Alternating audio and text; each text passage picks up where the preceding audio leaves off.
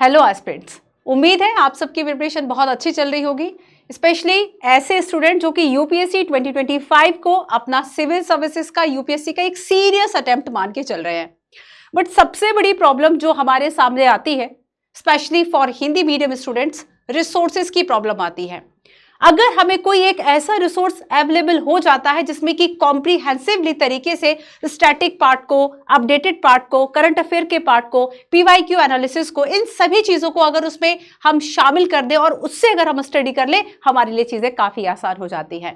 And PW only IAS इसी कोशिशों में बच्चों लगा हुआ है और इसीलिए हम आपके लिए लेकर आए हैं उड़ान 2025 प्रीलिम्स वाला स्टैटिक बुकलेट। तो ना केवल करंट अफेयर बल्कि स्टैटिक का भी जो आपका सिविल सर्विसेज में जो इन डेप्थ आपका जो पूछा जाता है, टॉपिक, सब टॉपिक, सब्जेक्ट्स, सारी चीजों को इंक्लूड करते हुए हम आपके लिए लेकर आए हैं 11 बुकलेट्स सभी सब्जेक्ट्स की। 11 सब्जेक्ट्स के जो बुकलेट्स है वह लेकर आए हैं, जिसमें कि आपके सारे कोर सब्जेक्ट्स के साथ साथ और भी जो इसके सब टॉपिक्स है, सब सब्जेक्ट्स है, उन सभी चीजों को कॉम्प्रिहेंसिवली तरीके से कवर किया जाएगा।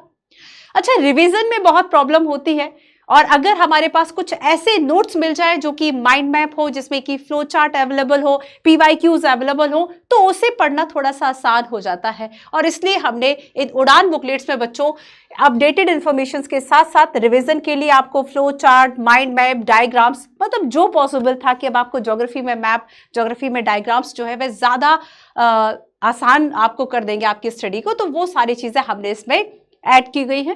तो और बाकी की जो इन्फॉर्मेशन है वह आपको डिस्क्रिप्शन में मिल जाएगी। बाकी जो लिंक है वो आपको विभिन्न टेलीग्राम चैनल्स पर मिल जाएगी उड़ान प्रीलिम्स वाला के लिए। इसके अलावा आप सभी ने यूपीएससी 2025 के लिए जो बच्चे प्रिपरेशन कर रहे हैं, कुछ ना कुछ आपने अपने लिए सेगमेंट अब तक कवर करके रखा होगा। ऐसा तो है नहीं कि आप लास्ट में 6 मंथ के लिए बैठे हुए थे। तो स्टैटिक और करंट अफेयर की अगर हम बात करें, लगभग 1.5 साल की तैयारी की आपको जरूरत होती है कि 1 से 1.5 साल, स्पेशली अगर हम कहें, बहुत hard and fast rule UPSC में नहीं चलता।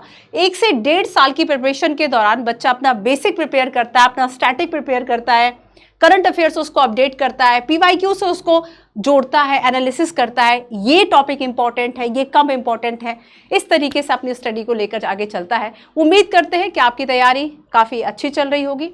साथ ही रिवीजन के लिए और जो भी बाकी इस तरह की सीरीज है जो आपके यूपीएससी 2025 के लिए इंपॉर्टेंट होंगी, हम यूट्यूब पर फ्री ऑफ कॉस्ट लेकर आएंगे। साथ ही उड़ान 2025 जो प्रीलिम्स वाला स्टैटिक बुकलेट्स है, ये आपको हेल्प करेंगी सारे सब्जेक्ट्स को कॉम्प्रिहेंसिवली तरीके से कवर करने के लिए।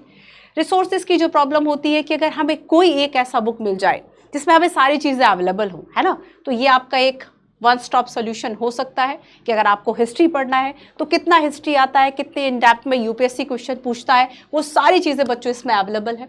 अगर मैं अपडेशन पर आऊँ तो जैसे कि चाहे हम पॉलिटी में सुप्रीम कोर्ट के इंपॉर्टेंट वर्डिक्ट की बात कर लें या फिर हम साइंस टेक में जो नया इनोवेशन है उनकी बात कर लें, सारी चीज़ों को इसमें कवर किया गया है। सो ये आपके प्रीलिम्स के लिए बहुत इंपॉर्टेंट बुकलेट है और हमारी तरफ से एक कोशिश है ताकि आपको रिसोर्सेज की जो प्रॉब्लम है एटलीस्ट उसे फेस ना करना पड़े। आप सोचेंगे ये बुकलेट तो हर साल आती है, इस साल वाली बुकलेट में आखिर ऐसा नया क्या है?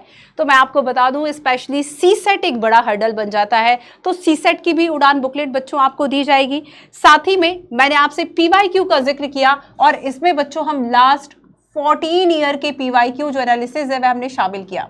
मैं हमेशा आपसे एक बात बोलती हूँ कि आपके 2 बेस्ट फ्रेंड है इस यूपीएससी की पूरी जर्नी में, एक आपका है पीवाईक्यू और एक आपका सिलेबस। सिलेबस आपको ये बताता है कि यूपीएससी क्या पूछता है एंड पीवाईक्यूज ये बताते हैं कि नेचर ऑफ द क्वेश्चन क्या होगा, यूपीएससी क्या कैसे पूछता है। तो आपको इन दोनों हमेशा अपनी प्रिपरेशन में ध्यान रखो बच्चों। हमें कभी भी, जिसमें आपसे इससे पहले भी बोलती हूँ, जब बच्चों को ये लगता है कौन कौन सी किताबें पढ़ लें, क्योंकि सारा कुछ जो कि भी under the sky, under the sun है, सारी चीज़ें यूपीएससी पूछता है। सिलेबस को हमेशा पकड़ते हुए चलें, जो सिलेबस है, जो टॉपिक है, उसको हमेशा कवर करते हुए चलें, पीवाईक्यूज देखते हुए चलें, ताकि आपको ये पता चल सके कि कितनी डेप्थ में और यूपीएससी किस नेचर से जो क्वेश्चन है वह पूछता है। तो आपको हमेशा इन दोनों चीज़ों को साथ में रखना है, आपकी स्टडी टेबल पर होना चाहिए। अगर यूपीएससी 2025 को लेकर आपके मन में कुछ सवाल हैं, कमेंट में हमें ज़रूर बताइए। लास्ट संडे आपका एक रिवीजन कैसे करें इस पर एक लाइव क्लास लिया था।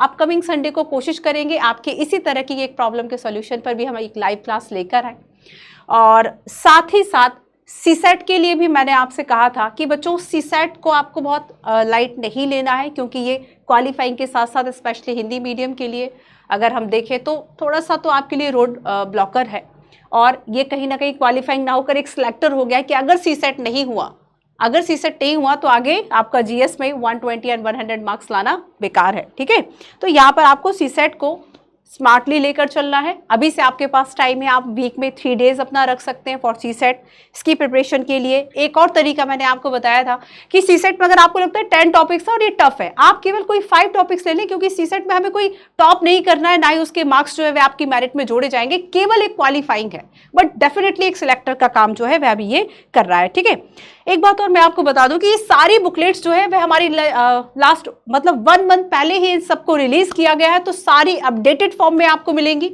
इसके बाद का जो करंट अफेयर है बाकी वो सब हम आपको प्रोवाइड करते ही रहते हैं, वो आपको अपना एड ऑन करते रहना है। ठीक है, एंड साथ ही देखो बच्चों, रिवीजन के लिए भी मैंने आपको बता दिया कि रिवीजन के लिए हमने इसमें जो भी एक स्मार्ट तरीका हो सकता था नोट्स मेकिंग का, माइंड मैप का, फ्लो चार्ट, डायग्राम का, उन सभी चीज़ों को हमने इसमें ऐड किया है। तो उम्मीद करते हैं कि आप अपना जो 100% है यूपीएससी के लिए दे रहे होंगे, क्योंकि यूपीएससी बाकी 20-50% में निकलता भी नहीं है। यूपीएससी एक ऐसा एग्ज़ाम है जो आपसे कंप्लीट आपका जो हार्डवर्क है, आपका जो डिटर्मिनेशन है, आपका जो एक कॉन्फिडेंस लेवल है वह होना चाहिए कि हाँ आप एग्ज़ाम को क्रैक कर सकते हैं, और उतना आप हार्डवर्क इसको दे सकते हैं जो यूपीएससी की एक डिमांड होती है एक सिविल सर्वेंट एस्पिरेंट से। चलिए, तो उम्मीद है आप सभी की जो प्रिपरेशन है अच्छी चल रही होगी और आप इससे भी ज़्यादा जो हार्ड वर्क है वह करेंगे। All the best, thank you.